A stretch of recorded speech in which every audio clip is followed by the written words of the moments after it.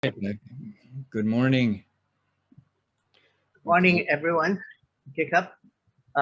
Today we have the pleasure. I have the pleasure of introducing Professor Louis Honyak. He's a renowned pioneer in material science and nanotechnology. He actually ran the AIT's Center of Excellence in nanotechnology. So anyway, as you recall, the objective of this course is to introduce you to a portfolio of emerging technologies that will be a key part of your of the composite solution to global sustainability challenges. And nanotechnology is certainly something that is going to be in the driving seat. Okay, so nanotechnologies, you know, has to do with something that's about a millionth of a millimeter. Okay, but what can happen at that scale? What can we do to create things at that scale? You know, you hear about graphene and whatnot, and so Professor Honyak is going to give you all that insight, and then today will also serve as a foundation for next week, which is where you will start to sort of like you know, start to think about how nanotechnology can become a cornerstone of innovative ideas for you to work on, perhaps throughout your 4 years here at Pasai. Okay, Cup. Luis, very glad, very honored to have you here, and let's get going. I'm quite excited about this. Okay, Cup. Thank you, Professor Nakaschool. Very nice introduction. Good morning. First of all, I'm sorry I cannot be there in person. Things are still a little bit up and down, but hopefully we're turning the corner on all of this. And the COVID virus itself is actually quite a bit of nanotechnology, and we'll get into that a little bit as well. Today, we're going to talk about nanotechnology, give you some little bit of a technical background. Next week, I will return one more time, and we'll talk a little more about business aspects, innovation, integrated innovation, the things that you hopefully can adapt to for your careers, and at least awareness of them, I think, is important. Here we're talking about lifetime learning and how emerging technologies will fit in to this program and your lifetime learning experience. Now, I may have a little bit different take on the emerging technologies, but let me give them to you right now. According to the U.S. National Science Foundation, oh, and before I even forget, your country of Thailand has identified 4 technologies that will drive their economy, your economy. Biotech, information data. A 4th one is nanotechnology. So even at the highest level of government in Thailand, they have identified nanotechnology as one of the drivers of the economy. So take note. Let's wake up and take note. Oh, maybe this is quite important, and start thinking about how we can take advantage of nanotechnology in different products in the future. Very important here, and all over the world. I've been in nano now for well over 30 years. So I was there at the very beginning when nanotechnology was just starting, it was just a new word.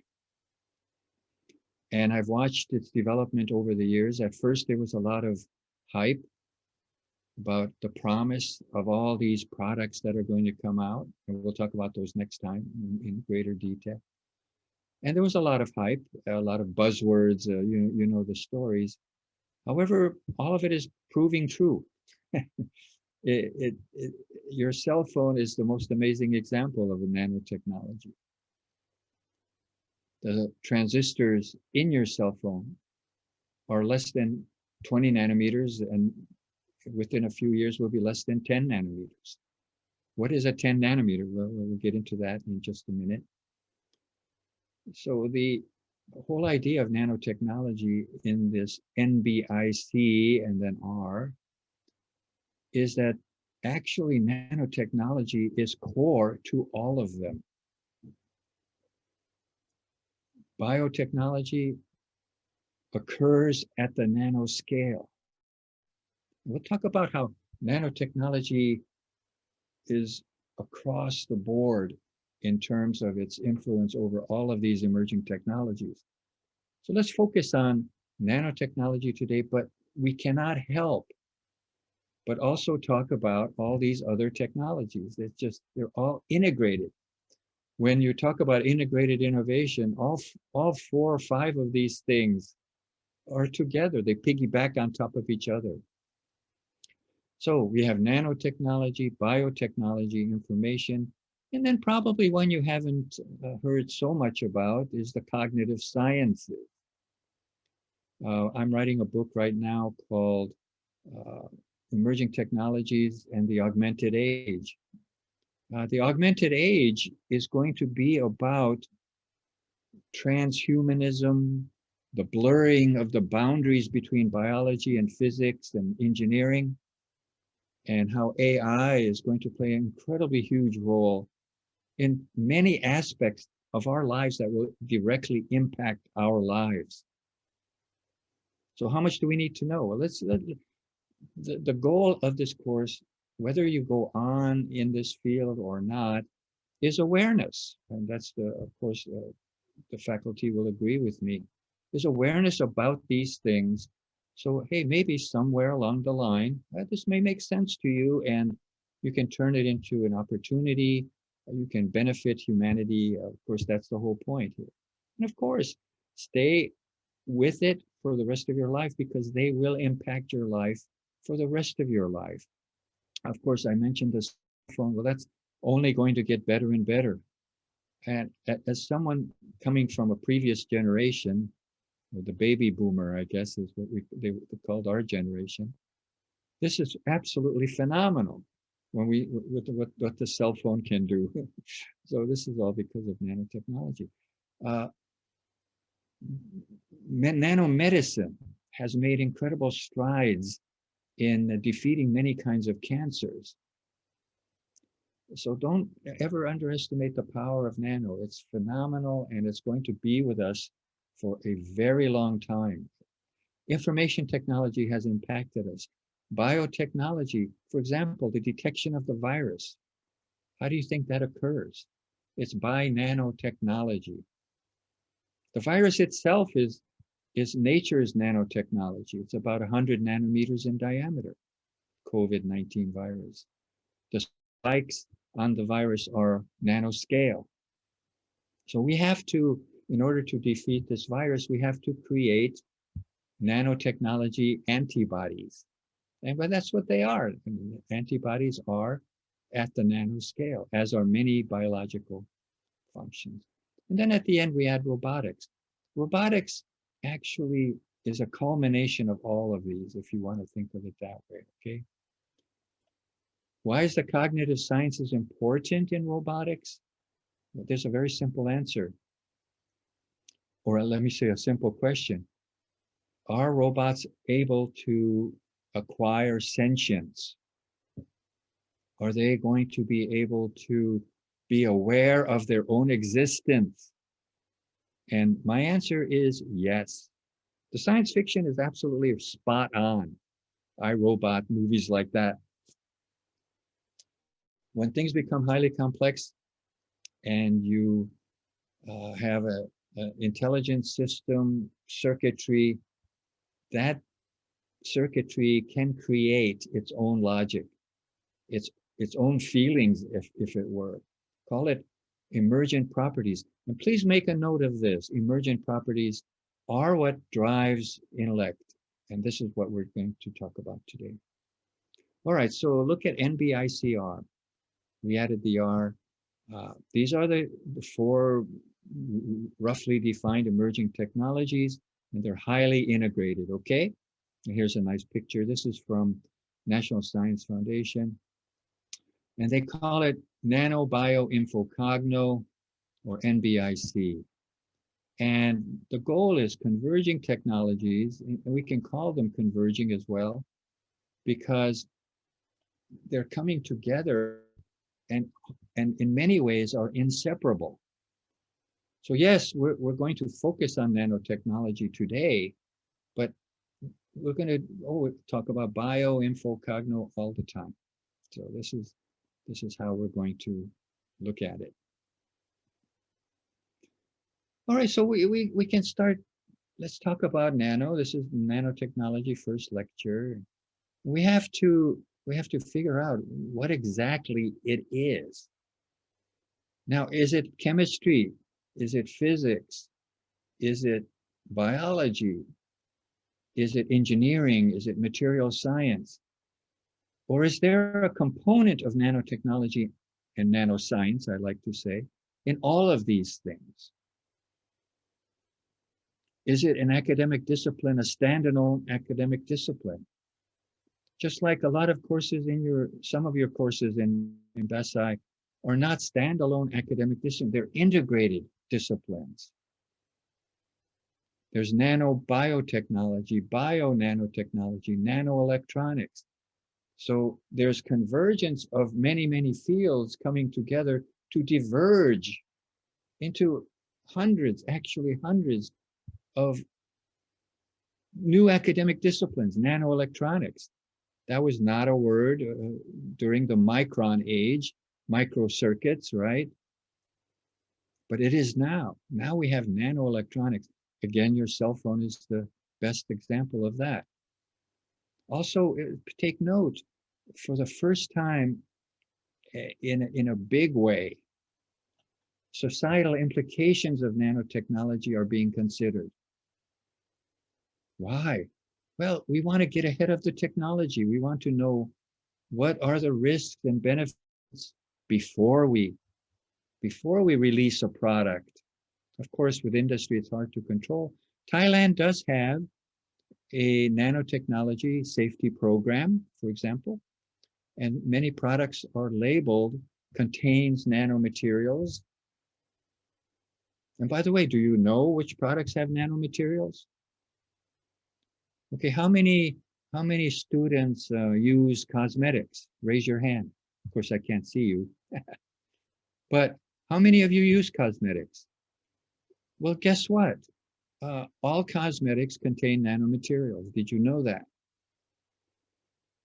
The Nanotech, which is Thailand's excellent nanotechnology research center in Pathum Thani, has a research center dedicated to cosmetics, where they're trying to use nanotechnology for nano encapsulation, moisturizers, antioxidants, many, many different kinds of cosmetics. And by the way, eyeliner, how many of you use eyeliner? It's the oldest nanotechnology because it's still made out of carbon that's been pyrolyzed in a fireplace or in a factory now. And eyeliner has been used in cave art and also for cosmetic reasons by the Egyptians and other peoples. And even today, they're made out of nanoscale carbon particles. And that gives the black color. So you've been exposed to nanotechnology, sunscreens, things like that. Lately, we've been seeing water resistant materials, and even using the carbon nanotubes to make reinforced products that become stronger and better. So please, I think these are available. I'll send this presentation to everybody, of course. You can look at it. Please look at all of these different aspects that we think of what is nanotechnology. But this is actually going to be the biggest part right here. It's nanotechnology based on size. It's just about size. 1 to 100 nanometers or so, that's all. And it is under that size, within that size range, that all these remarkable properties happen. All right? So I know many of you are not scientists, but some of you are computer scientists or engineers, mechanical engineers. So there's a wide range of backgrounds in your class. So we're going to be very introductory in this case. If anybody needs more information, there's an excellent book that the faculty has made available to you by a fellow named Berger, who's a science journalist, by the way, and he writes articles for this website called NanoWork, Nanowerk.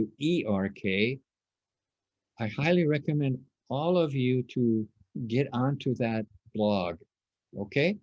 And every day they give you the newest and latest nanotechnologies, and you can keep up. And please, this is the way ideas happen.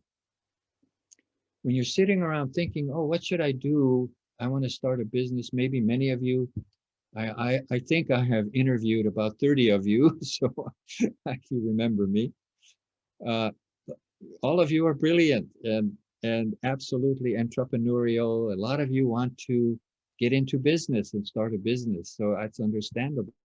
You have a background already from your family, perhaps, but you may want to start a new business of your own or enhance your current business with AI, nanotechnology, biotechnology, whatever.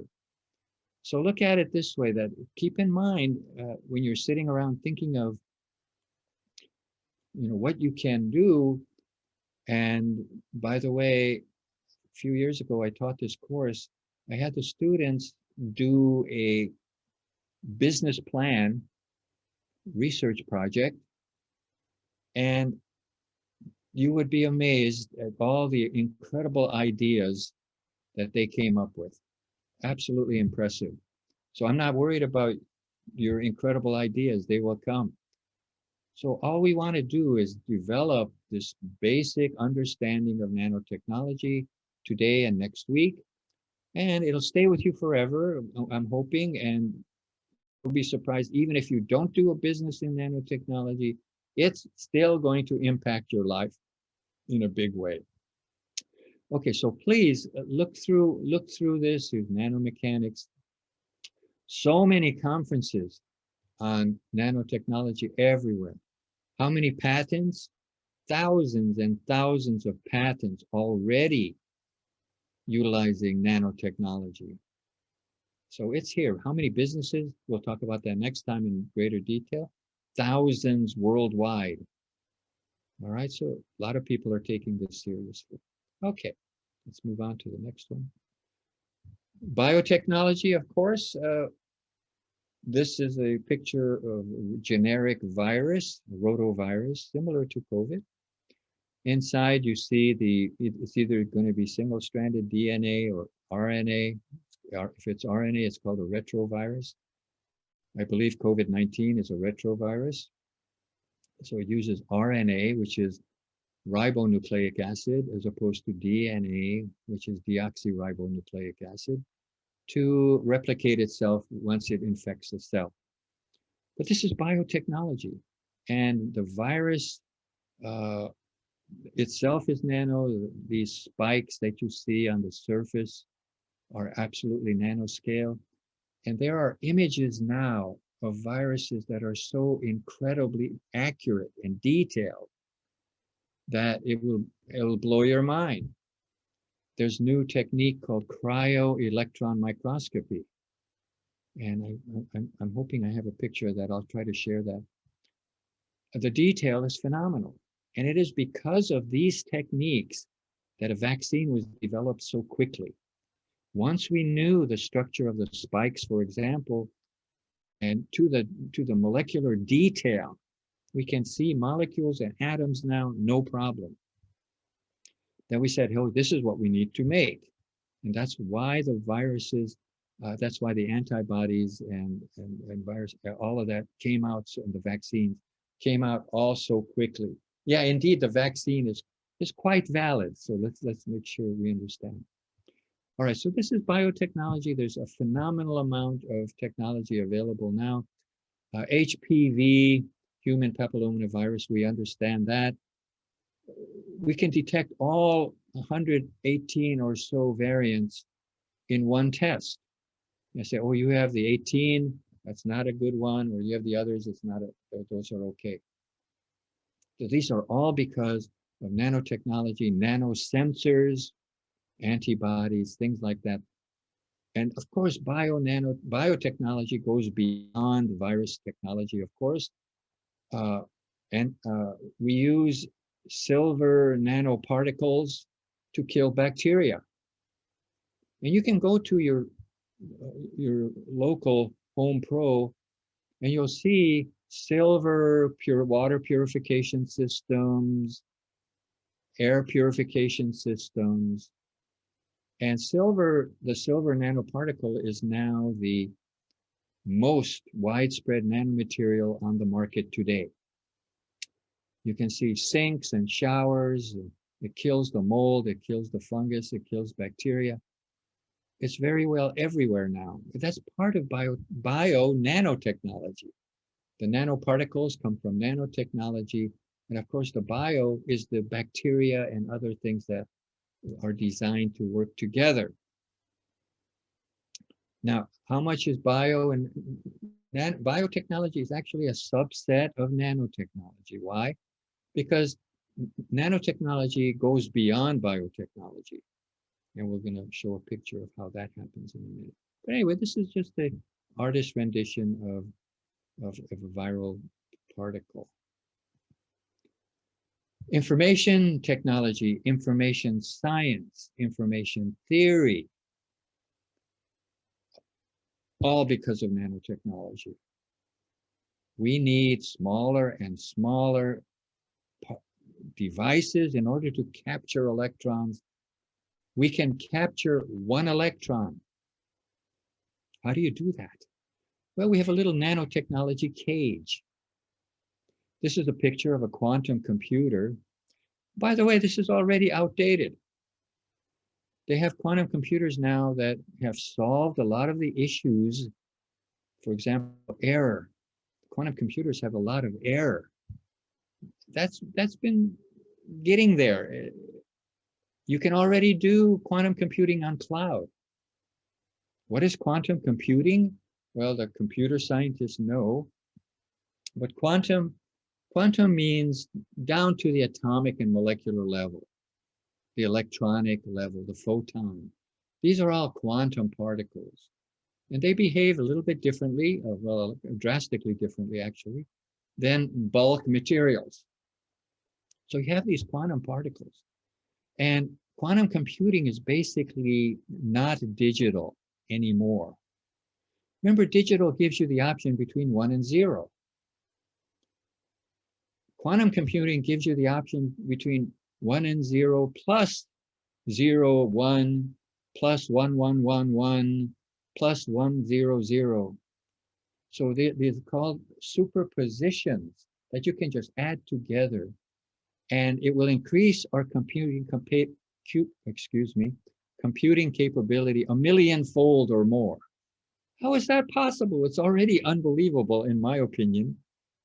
So the age of robotic and AI, please stay in touch with it because it's going to be in the next already now, but next 5-10 years, unbelievable what's going to be happening.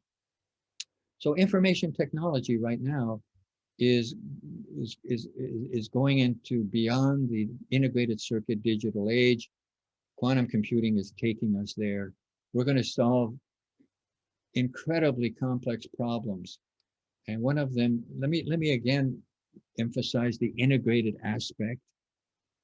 There's a new field of study called connectomics, CONNECTOMICS.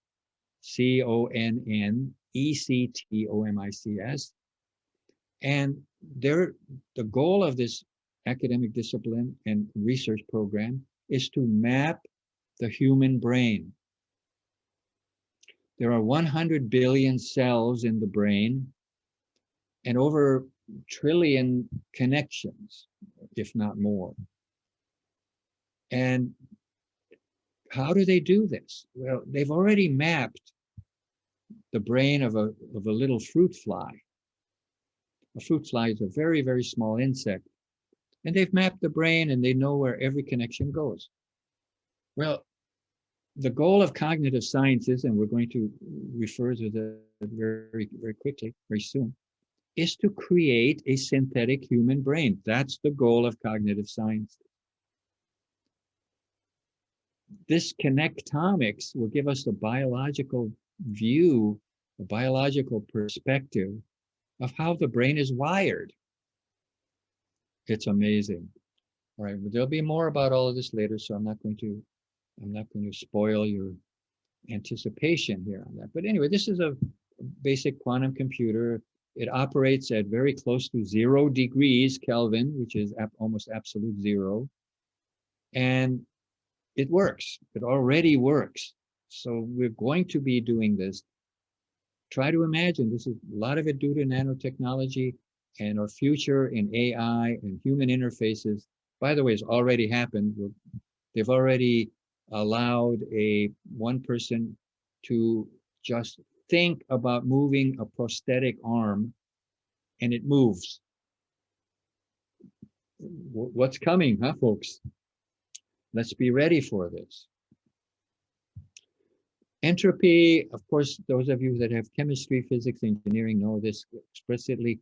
Those of you who have not, entropy is simply a tendency towards disorder.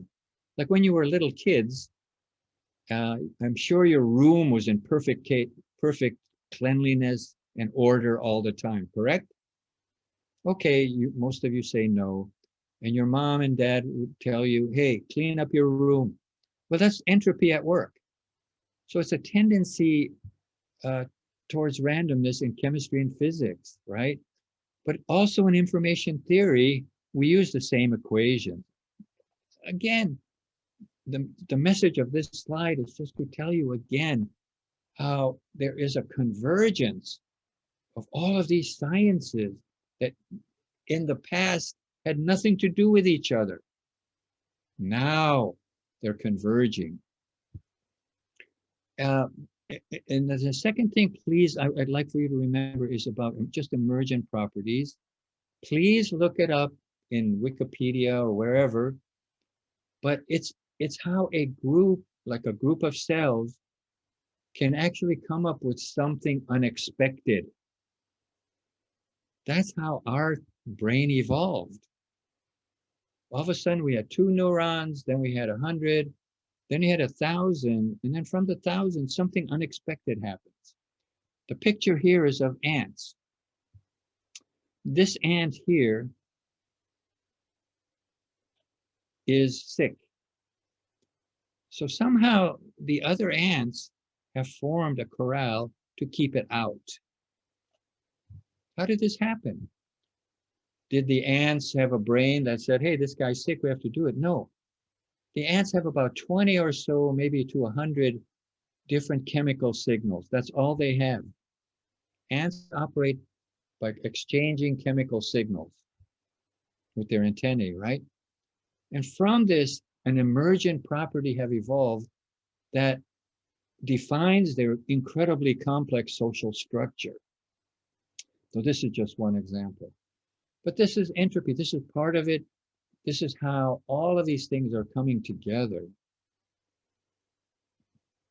All right, now let's get to the cognitive sciences.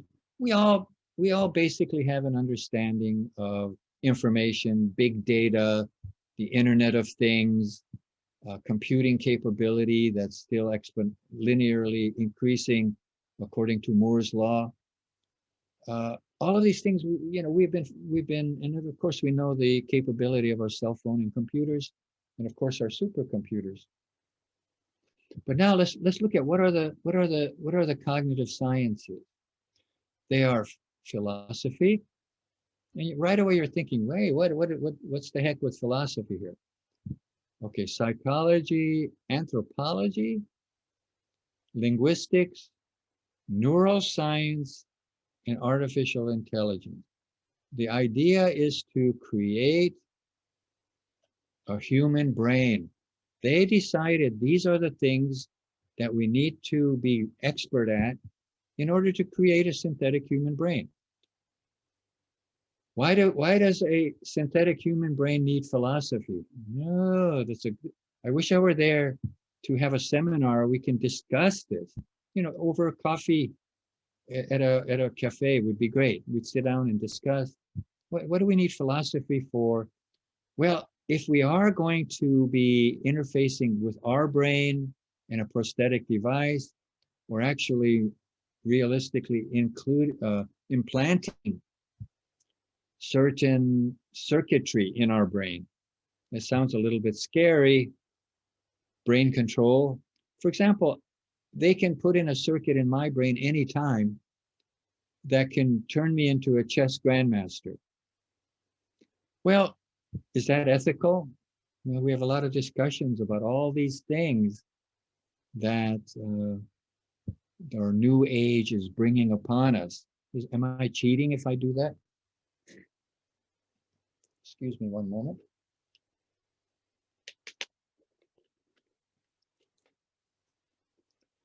All right, so linguists, okay, so we look at anthropology, represented by the chimp in the middle here. This is about the development of the human brain over the years, and that anthropology studies that. Psychology, all of our different moods. You can see how I took these emojis and put them all together. We have hundreds of them. Again, why do we need to know this, especially now that we're going into robotics? Those of you that are big fans of Star Trek, which I am, of course, remember there was the Star Trek Next Generation, the android Data. And I think, knowing what I know now, that android actually was out of date. It should have already had human emotion, everything. And you can see in 1990, when that movie was made, we didn't have this information yet. So here we have artificial intelligence, anthropology. Linguistics, of course, is it's all about communication. So this has to be also part of the cognitive sciences. And then neural networks. This is where nanotechnology plays a huge role. And then artificial intelligence. Of course, it's going to be made possible through nanotechnology. All right, so try to instill this image in your brains, your artificial intelligent brains, or intelligent brains, or enhanced brains, or connected brains. All of these things may be happening in the near future. Or robotics, of course. There's an avatar in the middle. This one looks kind of mean. It may be for security. This one it looks like it has a surveillance camera. The robots right now, there are robots that actually look human. I have in my book, I talk about the emerging technology. We have always strove to create a robot that is like us.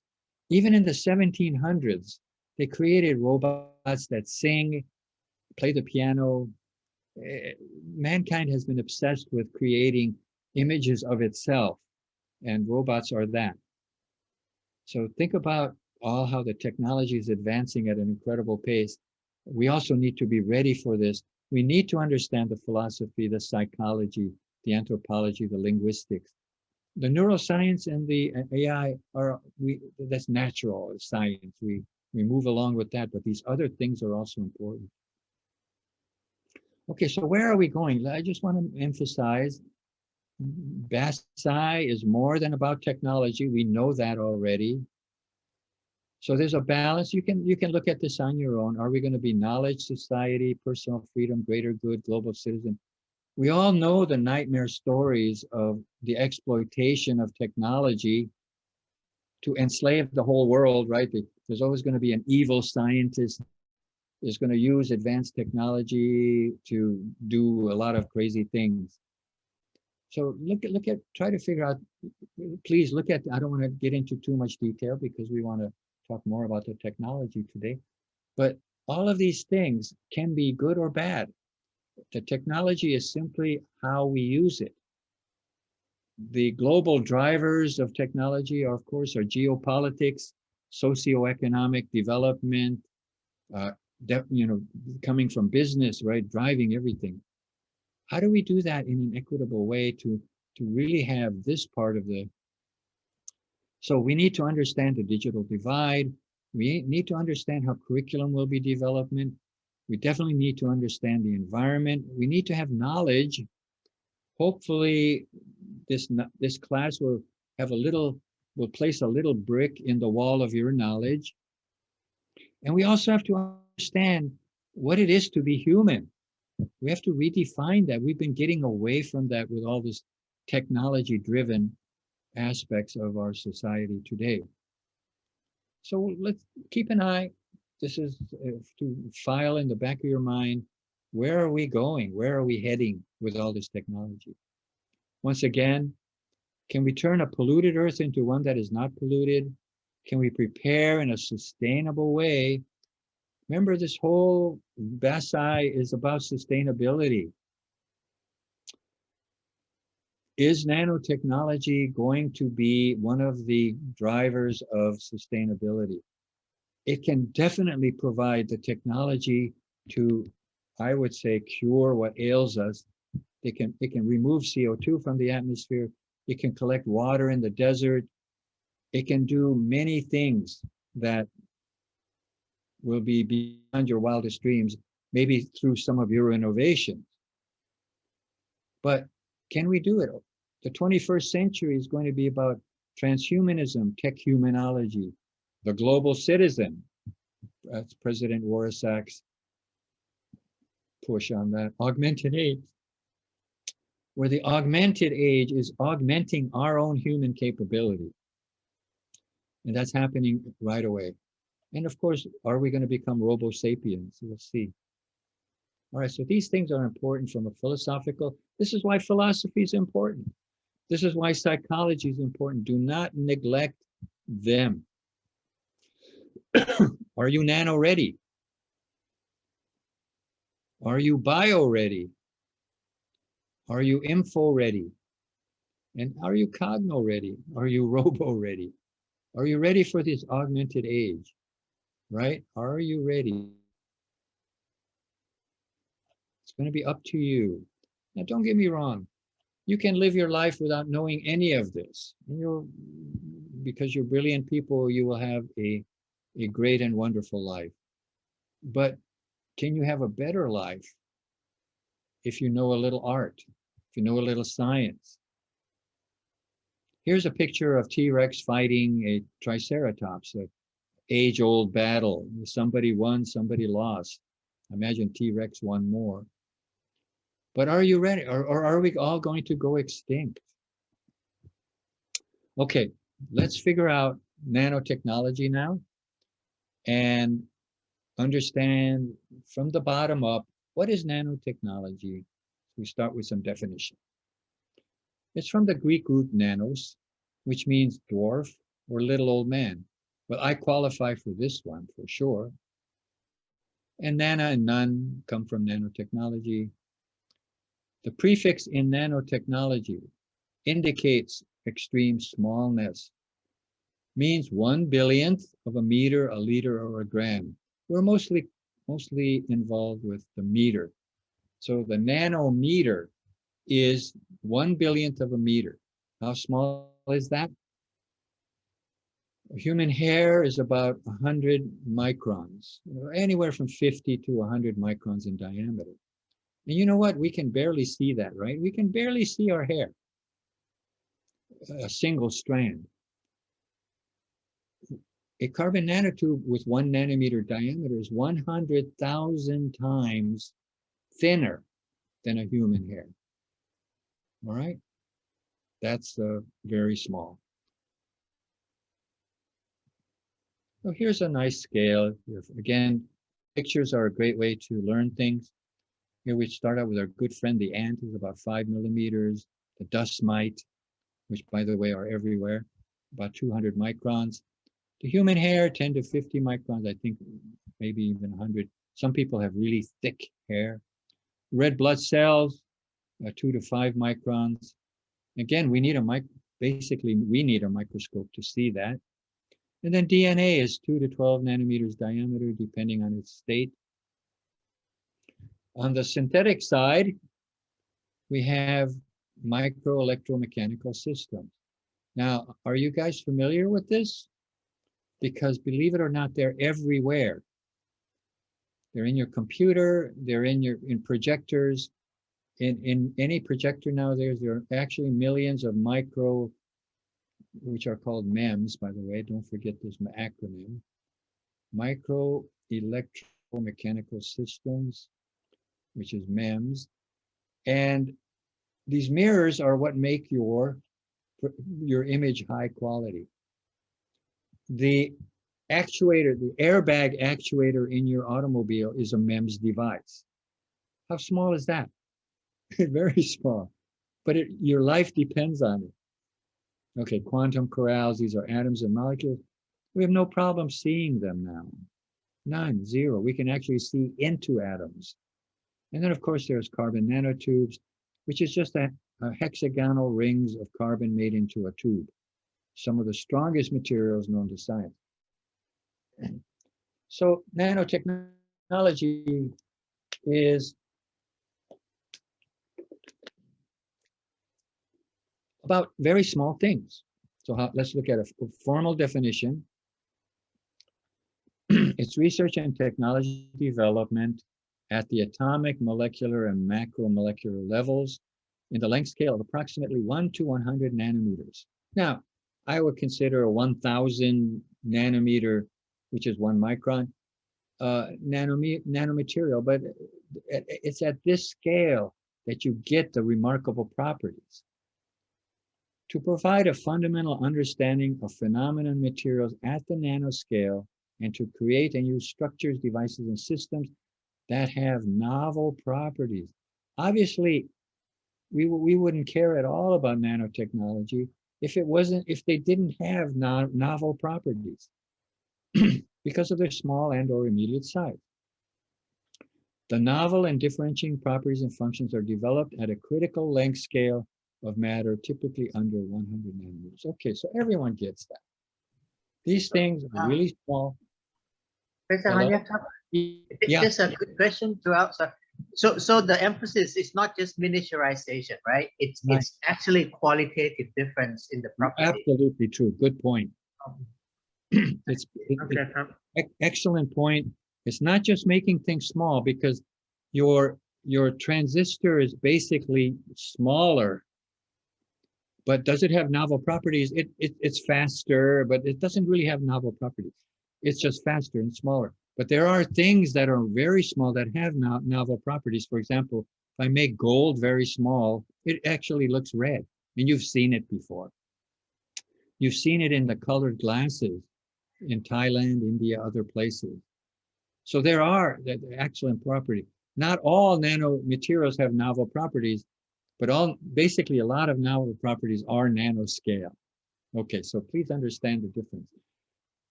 We're going to get into other properties, why nanomaterials are so interesting. So we're going to get into that. Please ask question anytime if you need clarification. All right, so this is clear. Okay, so we are definitely talking about size. It is about size. So then again, we ask the question, well, what is nanotechnology? Well, it's just something about really small stuff. We went from millimeter scale to micron scale to now nanoscale.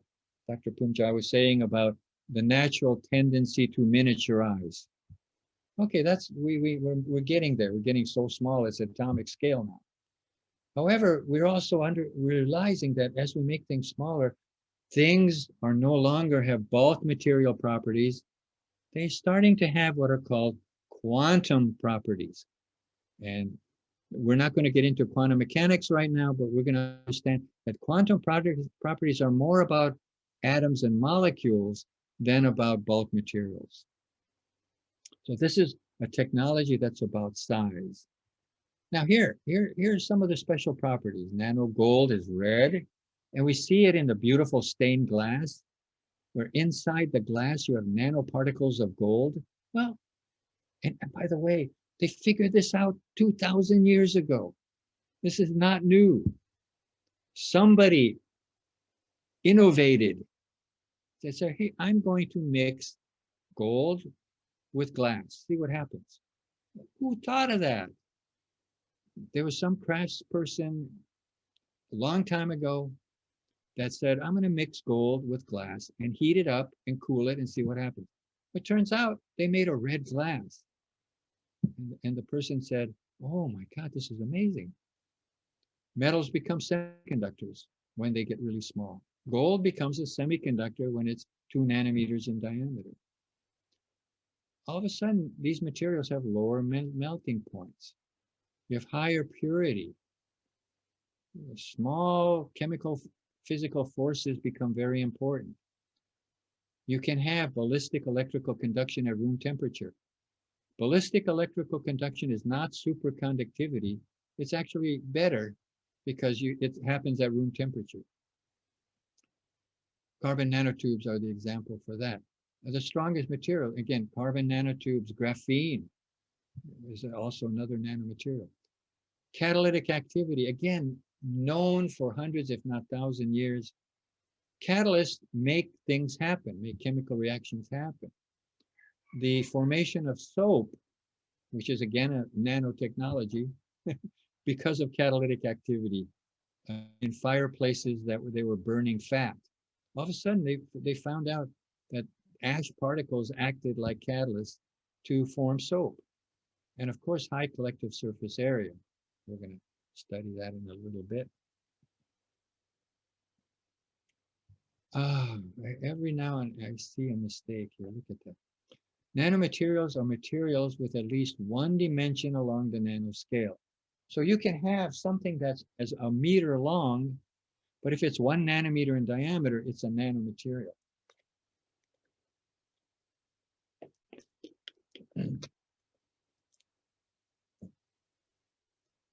Nanoscience is the study of nature's nanomaterials. And believe it or not, your entire body runs on nanomaterials. Nanoscience is the study of nature's nanotechnology.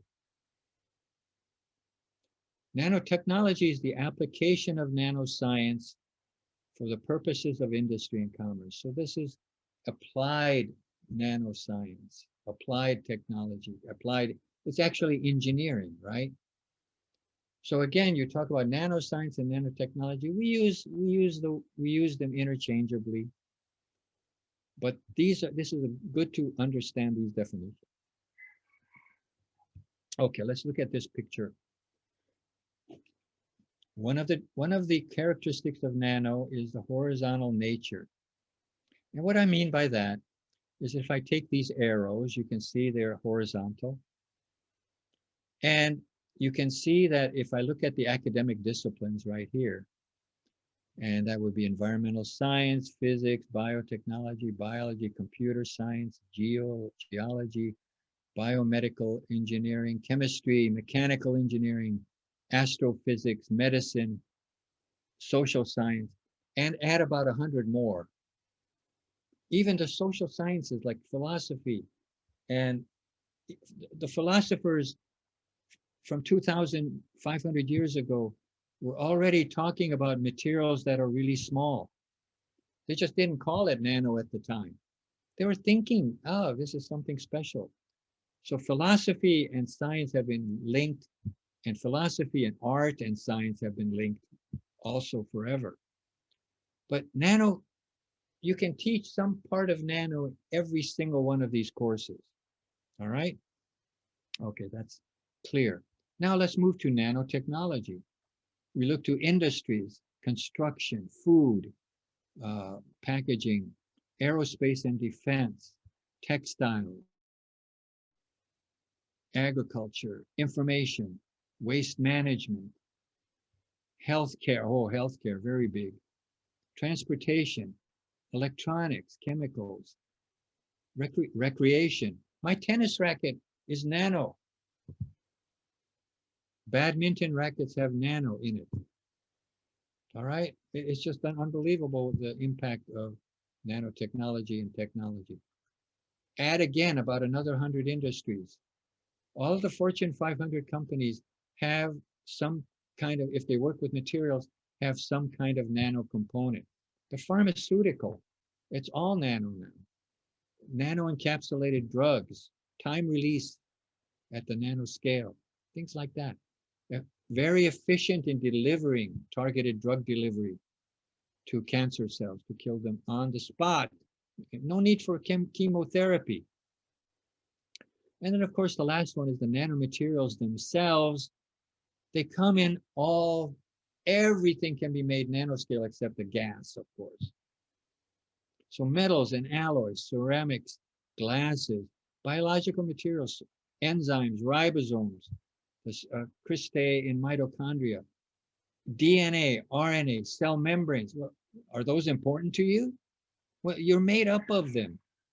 Polymers and composites, semiconductors, natural materials everywhere. The dust we breathe sometimes is nanoscale.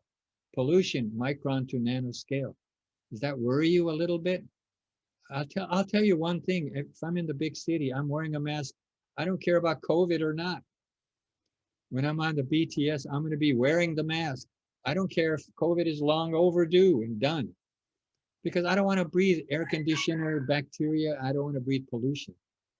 Anyway, I'm a pretty extreme in that way. All right, so remember this picture. And again, when you do innovation, don't confine yourself to tunnel vision, all right? Expand your correlation capability.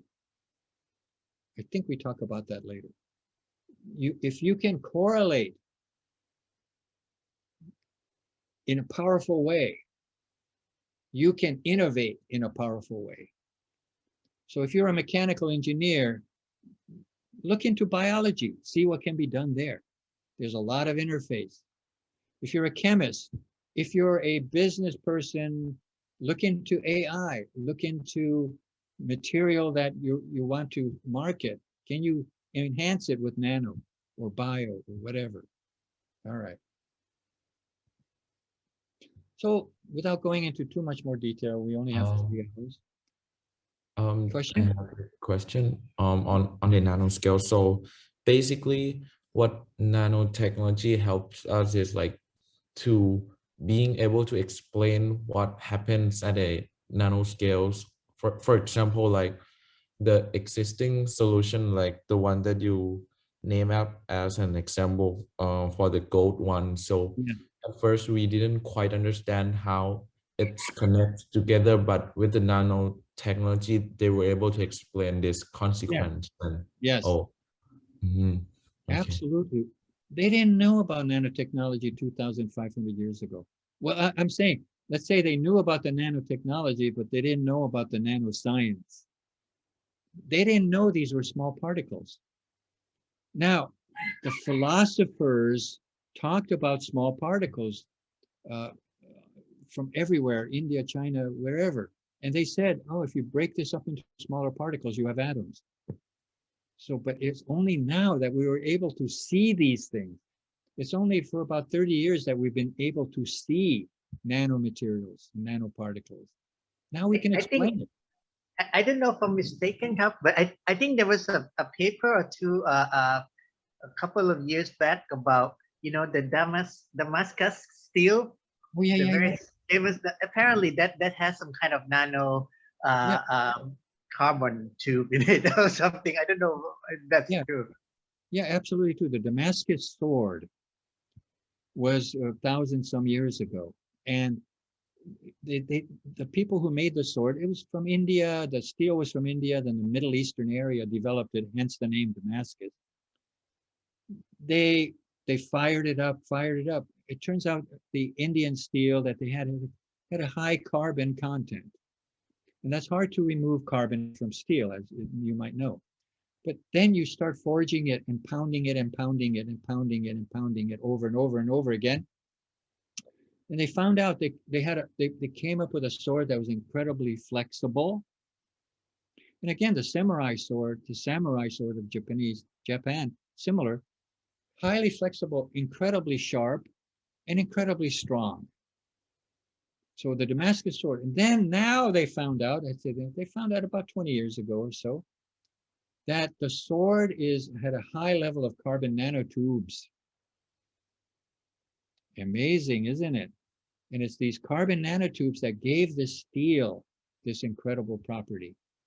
So from the nanoscale, you have a macroscopic property that is incredibly, in those days, I guess, useful, huh? We needed swords in those days. Okay, good question. These things, time and time again, we're finding out, like, for example, the color of the morpho butterfly. It's an incredibly beautiful butterfly. I may have an example later. And people thought, oh, that's due to interference fringes, and that's understandable. But it was only with the application of an electron microscope that we could see the structure of the butterfly wing, and wow, it's nanoscale. So it became the foundation of what's called nanostructured color, nanostructured color. In other words, there's no pigment involved. Most color that we see is due to a pigment, but this is due to structure only. It has no color, but because of the way it interacts with the light, it has this incredibly phosphorescent blue, beautiful color. So yeah, the previous students' questions about, yes, it's because we now understand. It's because we can now measure and see these structures that we are able to explain how they work. Thousands of examples. Okay, so these are some of these other things that you'll see. The horizontal we just did, but convergent, we already understand how all of these things are coming together. Is there nano bio info technology? It's hard to separate now. Interdisciplinary, absolutely.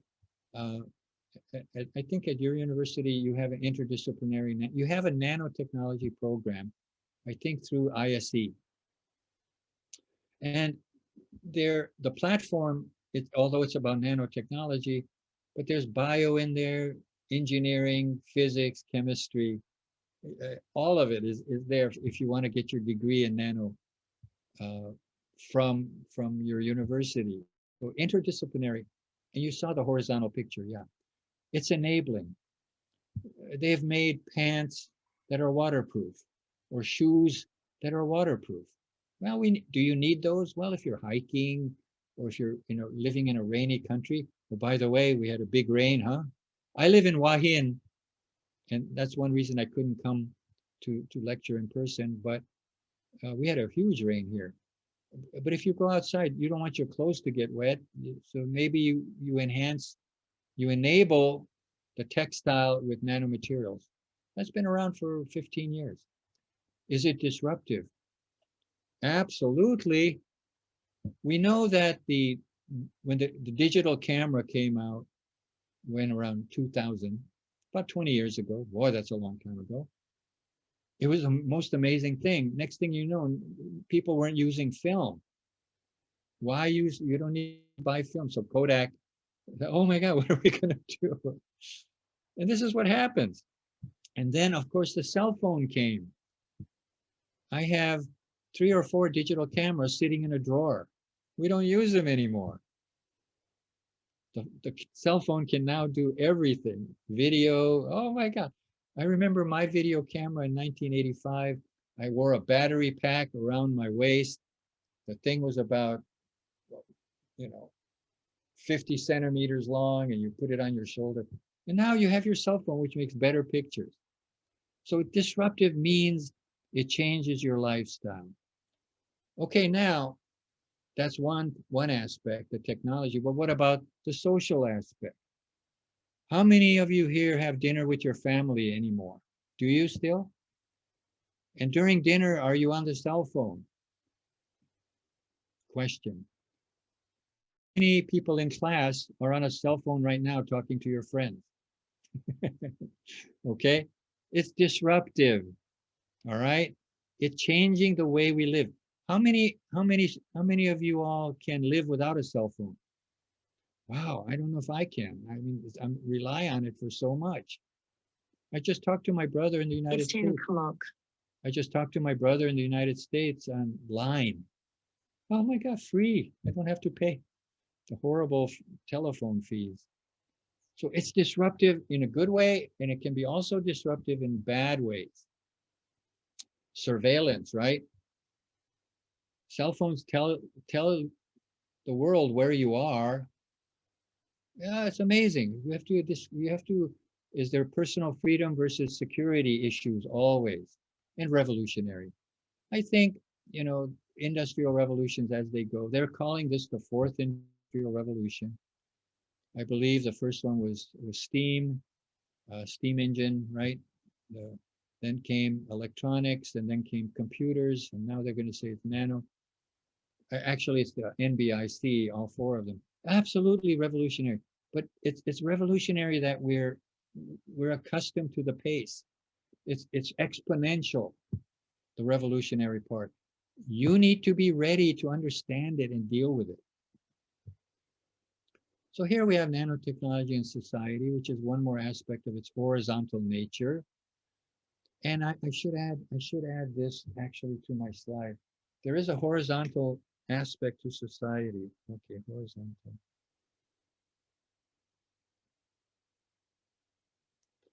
Yeah, because it is. You can see how academia, business, and government are all highly linked.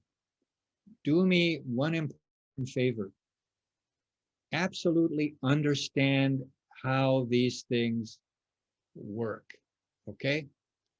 If you do, you will be miles ahead, kilometers ahead. These things, there's something called the triple helix, or actually the quadruple helix. Understand the quadruple helix of academia, business, government, and the public, okay? And if you do, I guarantee you, you will either have a great job in any of these sectors. And if you're in business, you know how to use government money to enhance your business. A lot of people make a lot of money using government money. That's the purpose of government, actually, is to spur the economy. Know how to do that. Don't forget about that. There are an incredible number of ways and pathways. Let's say there's 1,000. Let's say you find 10 that work for you, and of those, one will be a bonanza. Okay? So here's nanoscience, nanotechnology, and interacting with this, what's called the quadruple helix. Understand what this all means, all right? Because it's important to your future. So society, yeah, we have impact. Agriculture, you saw the horizontal nature. All of these things are impacted by technology and now nanotechnology. So you have to understand, figure out how it impacts your own life, how it impacts the environment, how it impacts the cosmetics that you wear or not, whatever the case may be. These things are important to understand. Industrial revolutions, of course, you see the pretty pictures here. From 2000 to 2050, and look at my old picture of the cell phone. My God, we don't have that one anymore. But all of these things are happening together. And this is why, don't forget, this is why we are in the augmented age. Okay, augmented means making better. So we make ourselves better by having robots do our work for us. That's one part of us. And then we make it better by having AI do these calculations for us. But then also, do we make it better because psychologically we're enhanced? Ah, what a world we're coming to.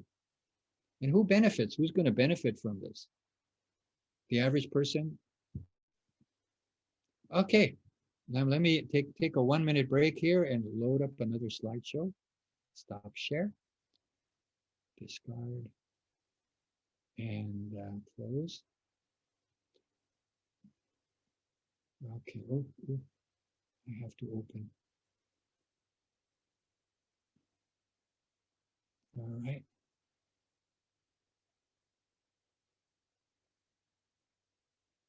Uh-oh. What happened?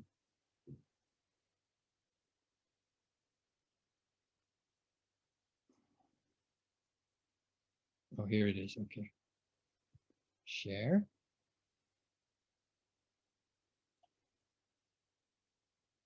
Okay, now I make it big. Sure. And I get my highlighter. Okay, now we also need color. Let's try a different color.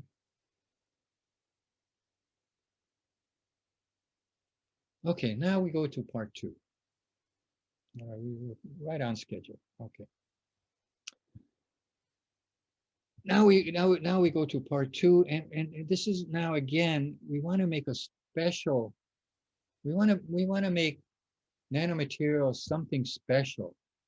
Remember, your knowledge legacy and your background is what will drive your innovation. It's what you know that is going to, okay, I know this, I put, and then a correlation, and then I have an innovation, right? This is a simple way to look at this process. But now if we understand the really special place nanomaterials have in our world, our environment, our bodies, will that help us innovate? Will that help us understand? It'll definitely help you understand. So let's see where we can go. Okay, we introduced the concept of continuum. And believe me, this actually permeates all you know. Everything at BSI is a part of a continuum that are interfacing each other. Specifically for nanotechnology, we look at the continuum of size. Very simple to understand. We go from big things to atoms and molecules, right? That's the continuum of size. What's the definition of a continuum? Within the continuum, there are incremental steps, almost imperceptible. For example, the continuum of electromagnetic radiation. There's a continual decrease in wavelength from radio waves all the way to X-rays, or to gamma rays, actually. From one step to another, we're just taking nanometer steps, for example, but it is a continuum. However, the extremes of the continuum can be quite different. So radio waves are very different from gamma rays, right? And the same thing with size. The sun is very different from an atom and molecule in terms of size, correct? Okay, then we have the continuum of chemical and physical properties. That's also actually a corollary of size. So, we already mentioned a little earlier that the size of nanomaterials all of a sudden becomes important in terms of remarkable properties. We have the continuum of structure and function. This is really important. Everything man-made or in our bodies has structure and function. Nothing else does. The sun has structure, but honestly, it does not have a function. It just has a structure. It burns, right? The fusion. The concrete block, concrete has a function because we made it. But think about things that have structure and function. Biological things or things we make all have structure and function. The continuum of living things. Once again, where is nanotechnology on this continuum? Were the first components of life nanoscale? Well, the answer to that could be yes. The continuum of chemical bonding, of course. Everything has chemical bonding, and nano is no exception. Then we look at interfaces that are not continuous. The interface between living and non-living things, and natural and synthetic materials. We're going to go through all of these. Okay, let's start with size. Okay, atoms and molecules are usually 1 nanometer or less, although molecules can be bigger than nanometers. But I don't consider them nanomaterials. They're just big molecules. They can be nanomaterials depending on what we can do with it. But everyone understands Well, most molecules like CO2 are only less than 10. Hydrogen is less than 1/10 of a nanometer in size. If I take 10 hydrogen atoms, put them in a row, I get 1 nanometer.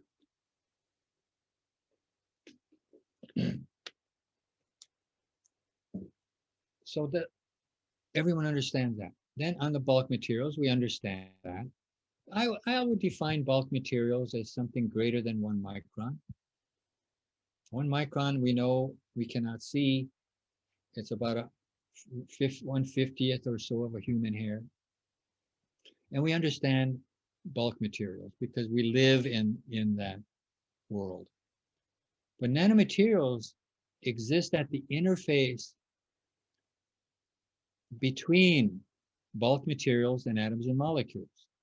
This is a cluster of gold, and it looks like this. This is an anodized aluminum membrane under atomic force microscope. The diameter of the pores is about 80 nanometers. And this is a picture of a carbon nanotube. These are clearly and obviously, without question, at the interface between bulk materials and atoms and molecules. Okay? Micron materials are bulk materials because their properties are like those of bulk materials. So we look at nanomaterials divided into 3, very small, small, and large. You know, we as humans, we love to categorize things and put them in boxes. Ultimately, we know it's a continuum, maybe beyond our comprehension. So depending on the number of atoms, we call those very small. If we have less than 20 atoms, we're about 1.1 nanometer in diameter, less than that. And the surface to volume ratio is inseparable. Their atoms are all surface. Volume atoms and surface atoms are the same. The small, if we have 500 atoms, less than 500, we're about 3.3 nanometers in size. And the surface volume ratio, notice, is starting to decrease. We'll get into that later. And if we're a large nanoparticle, we're about 100 nanometers, right? The diameter. And the surface to volume ratio is less than 0.5. So this is how one way we can classify different sizes of nanomaterials within the interface. So again, 100 nanometers. It's our artificial limit that we impose on just for our own. Remember, as humans, can we see the entire picture? No. We have to see parts of it, and then we put the picture together. Actually, AI will put it together for us.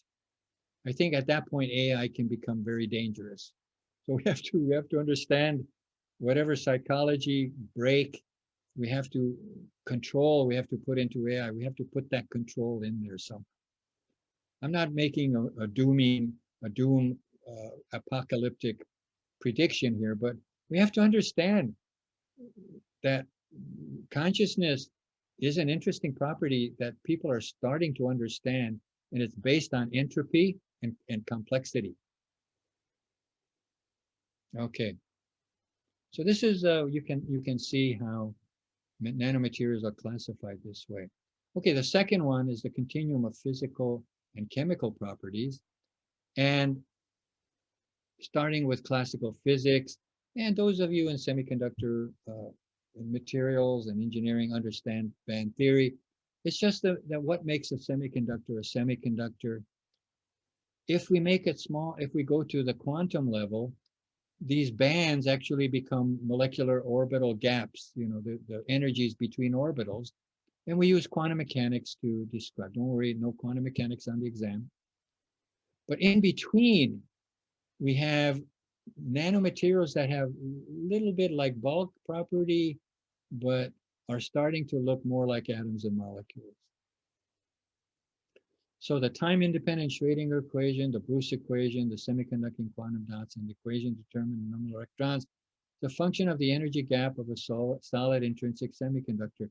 So how big this is, this depends on size. The band gap in semiconductor depends on size.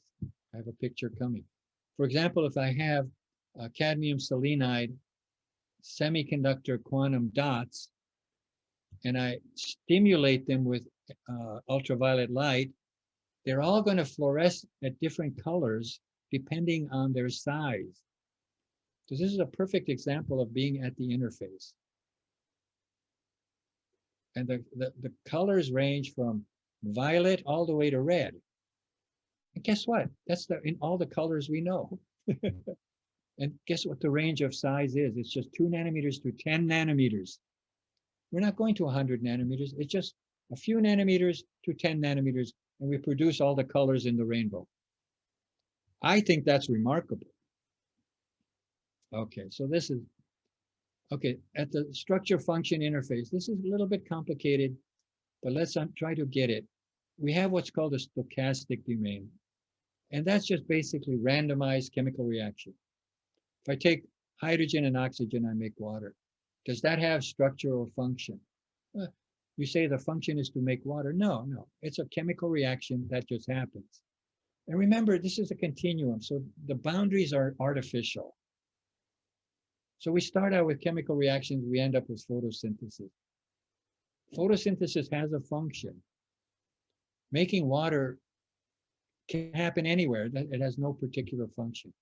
But this whole structure function gets very, very philosophical.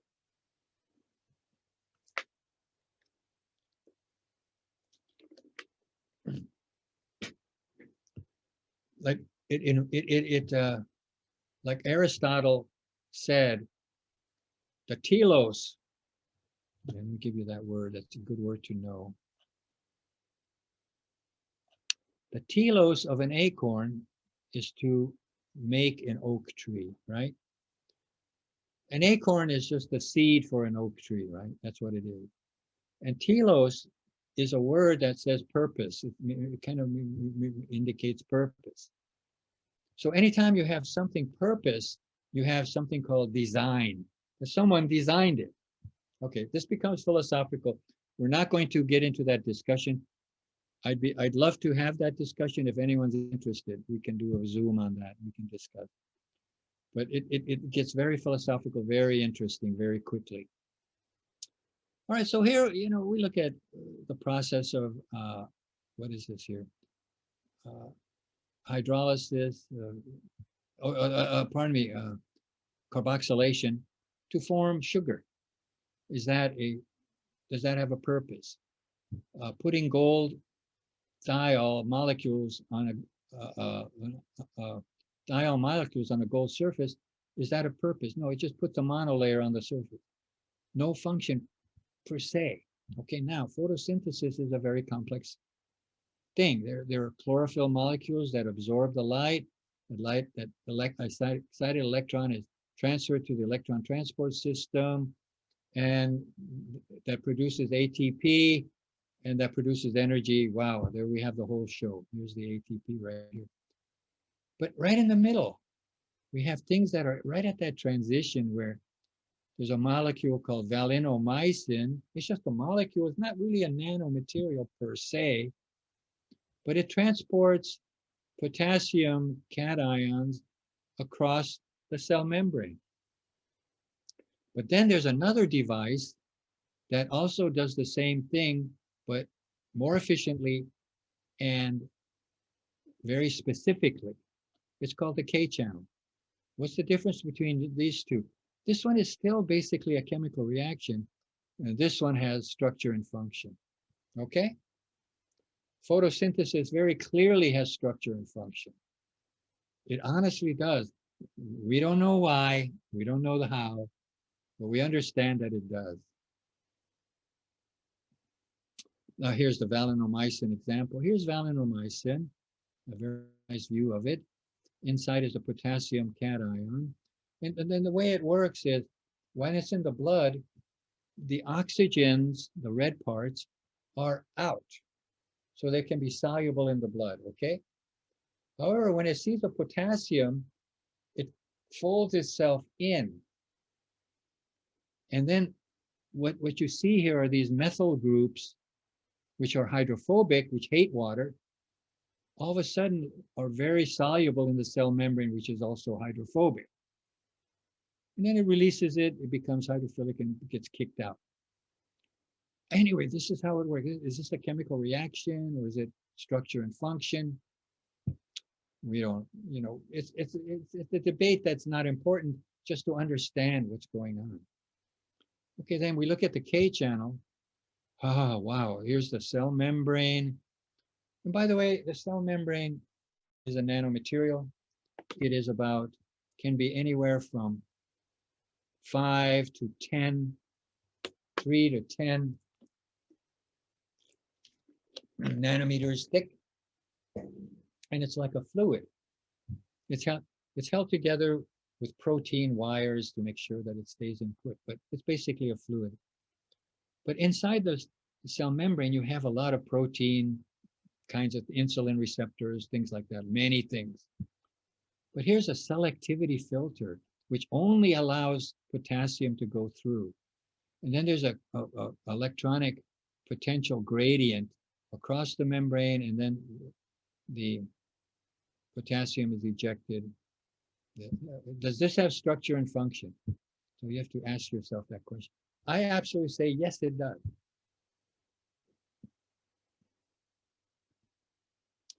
Okay, now another interesting one, the continuum of living things. What is the size of the smallest living thing? The first living thing? Well, the smallest living thing that is independent and has its own RNA or DNA or whatever is a mycoplasmic bacteria. It's about 250 nanometers big. The viruses, of course, many of them are smaller. They found some megaviruses, but the smallest ones can be 30 nanometers or so. Are they living, though? That's the good question. I say absolutely yes, but they don't have a metabolism and things like that, but they're living. They're reproducing for some reason. Why in the world would a virus want to reproduce? There's a driving force with RNA in it. That's what's doing it. So our nanoscale things at the interface, according to me, of course, yes, they are both living and non-living. DNA is not living. And as a matter of fact, engineers can use them as springs. We're actually use them in computers. We use them as templates. We use them in nanosensors. Those are not living things. Enzymes are not living things. Viruses are on the border of being living. Some people say yes, some people say no. I say yes. Bacteria are definitely living. Okay? So these are all at the interface. Living things, E. coli, bacteria, the amoeba, the butterfly. These are all living. We know that. Us, of course. On the other end of the spectrum, amino acids, sugars, fatty acid, nucleic, chlorophyll, DNA, RNA. These are non-living things. This is a nanoscale non-living thing. And also there's a continuum of evolution. We're nanomaterials in evolution. We still have nanomaterials in us. What does that mean? That means throughout evolution, nanomaterials have been there. What role did nanomaterials play in evolution? Well, DNA, RNA, all of these things are nanomaterials. So good food for thought. Again, good to understand. May not be useful for your business, but nonetheless, now you have an understanding. Professor Hanya, yeah. If I may, I'm trying to understand this concept. So I guess below the nanoscale would be something fundamental like quantum molecular interaction. Yes. Right. But yes. It doesn't resemble any kind of machinery, any kind of things that does things. And then when when you get to the nanoscale, that's when you start to sort of like putting the quantum, maybe molecular interaction into like a factory or something like that. Is that correct? Let me add this. Absolutely perfect. The quantum part is in everything, all the way to the sun. Okay, that's there, always there. It's only expressed like we understand in in amino acids, sugars, molecules, atoms, and molecules. That's when we can measure the. But when they're all together, you have all of these atoms and molecules coming together to form a bulk material, and the properties change. So indeed, the enzyme, the one pictured here, is made of atoms and molecules.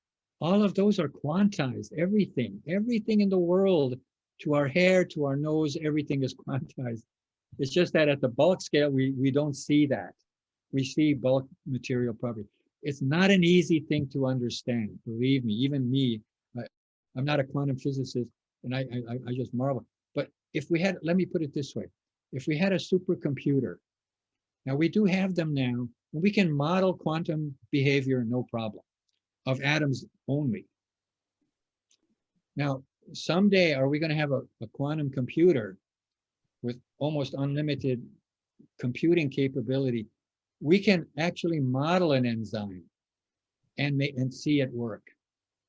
So the quantum part is the continuum part. Don't forget that. The quantum part is all the way through, because everything is made of atoms and molecules.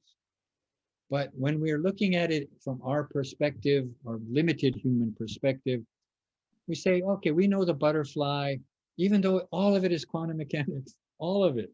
But it all come together through emergent properties to be a butterfly. And then at this interface, we have these non-living nanoscale things and living nanoscale things. So does that help address the question?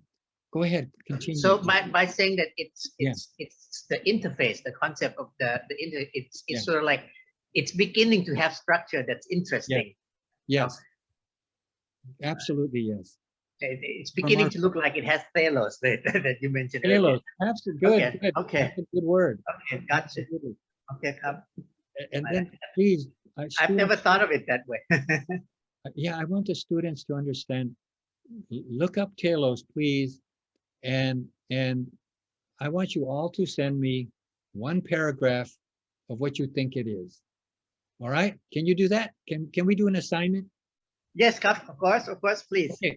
Just send to my email. The Gmail is. I'll send the Gmail to Professor, and I want you to just understand the concept of telos and structure and function. Okay?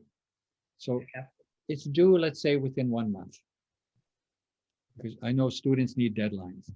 Or soon, anytime soon. It's an easy job. Just write it up, one paragraph to me, send on PDF. But better yet, we'll make the slot on course bill, and they have to submit maybe before next class, and then we can compile it, send it to you. Hey, what I did for a class at AIT a long time ago is I had the students integrate everything. How do you see nanotechnology with physics, chemistry, biology, social science, and everything? And they made, I hope I still have them on record. So they made a poster about how all of these things are integrated. And it was phenomenal, the ideas that they used. That would be a great project, but it takes some time. That would take a little bit. Yeah, we'd love to see that. I can show you. Let me see if I can find some of those, and I will forward to you, and you can see for yourself. Thank you, Cap. Thank you. It's, what we're doing here is slide by slide, telling you what it is. But when you see the whole picture, especially through the eyes of a student, there's nano art for Yeah. there's a nano this, nano that. How does that, or actually you can even go farther and have, the first thing would be the other emerging technologies, right? Boom, boom, boom. And then you can do dendritic derivations of each of those going on forever, right? And then on the other side, you have engineering, chemistry, whatever. Hopefully I have some more pictures. But anyway, these things are very thought-provoking. And the good thing about them as an exercise for students, it makes you think differently. That's right now, you may be tunnel vision, well, not in the BASI courses, no, that if anything, it's diverging. It's converging and diverging at the same time. So you have this convergent view, right? And then all of a sudden, it makes you think in divergent ways. When it comes to creativity, convergent thinking and divergent thinking work together and makes you a better thinker. Anyway, these are good philosophical things. Hence the reason philosophy is so important. Okay. Right, so the continuum of living things, this is us, this is living. Where is it going? It's converging and diverging all the time. I have a question on this slide. Yes. So correct me if I'm wrong. So by the way, there's no such thing as wrong. This is philosophy, okay? Go ahead with your question. I'm confused with at the nanoscale of living and non-living things. Yes. So if it at the basis of nanoscale, in order it to be classified in a living thing, so it basically has to have an interactions, but also in the non-living things there's an interaction underneath this kind of scale. So okay. I'm confused. What is the difference? I'll clear it up before you right now. You have to go to what is the definition of a living thing, all right? One of the definitions is reproduction. An enzyme does not reproduce. DNA, okay, now by itself will not reproduce. It requires a lot of things around it in order to reproduce. A virus will reproduce. Another definition of life, and please again, do your due diligence. You can just get on Wikipedia. Wikipedia is fantastic to get some simple understanding. A virus technically is not living because it does not have a metabolism. It does not exchange energy with the environment or material with the environment.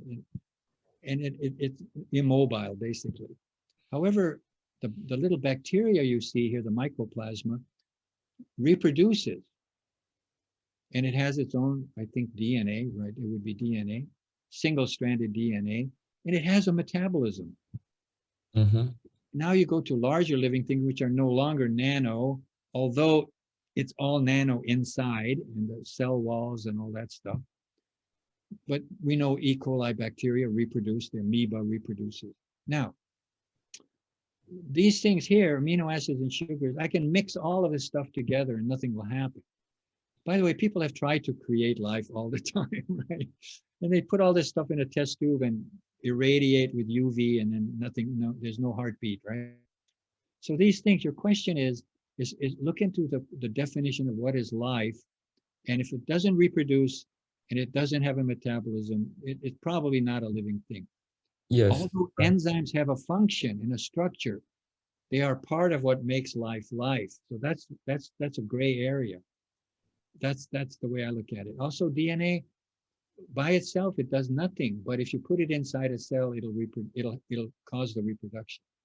Yeah. Very philosophical in a way. Hard to. Again, the word classification is something we do to make things easier to understand for us. In nature, it's all quantum mechanics for nature. Yes, because for example, like in order for us to reproduce, we also relies on non-living things such as amino acids and fatty acids, like in our body. So it kind of confused me how our body kind of be able to reproduce using these kind of non-living things to create living things. So yeah. This is the amazing things about, I mean, people are getting, I'm not going to get into it again, philosophical things so much, but we're understanding what life is better and better all the time. So, okay, good questions. Please keep asking. One more question. Go ahead. I want to know if we can create a stuff that is less than 1 nanometer. Say one more time, please. Could we create anything that's less than 1 nanometer? That's with the range of nanotech. In terms of absolutely yes. Not a living thing, but absolutely we can create nanomaterials less than 1 nanometer. But that's the thing, we're now beyond, remember our definition is 1 nanometer to 100 nanometers. That's our definition. Yeah. If we definitely can create things smaller than a nanometer, and the people who do that are called chemists. And what will it be classified as? more than likely molecular. So instead of nano, Yeah. you're gonna call it molecular. Yeah, it's a molecule. Yeah. So if you create something less than 1 nanometer, chances are it's just a molecule. Mhm.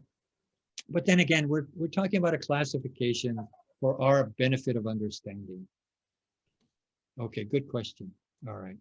So I want to know if if that is the scope of the nanoscientists, so anything smaller than nano, like atom, like that, so it's not the nanoscientist job, so it's Yes, I think you're correct. Yeah. Technically, we define it as 1 to 100, or I say 1 to 1,000. Below 1 nanometer are atoms and molecules. Even though there are some molecules bigger than 1 nanometer, that's true, but that's okay. We just make this definition. Are we going to use things that are smaller than 1 nanometer in our nanostructures? Yes. so Okay. whose job is that mainly, to focus on something smaller than nano? Well, there's that would be picometer, right? PICO meter, which is now 1,000 times smaller than a nanometer. So those are, we're there too. We can do that too. But the nano, by definition, is going to be 1 nanometer and above, even though, remember, this is a continuum. This is the thing you have to understand. The continuum is a smooth transition all the way incrementally from extreme to extreme. All right, very good questions.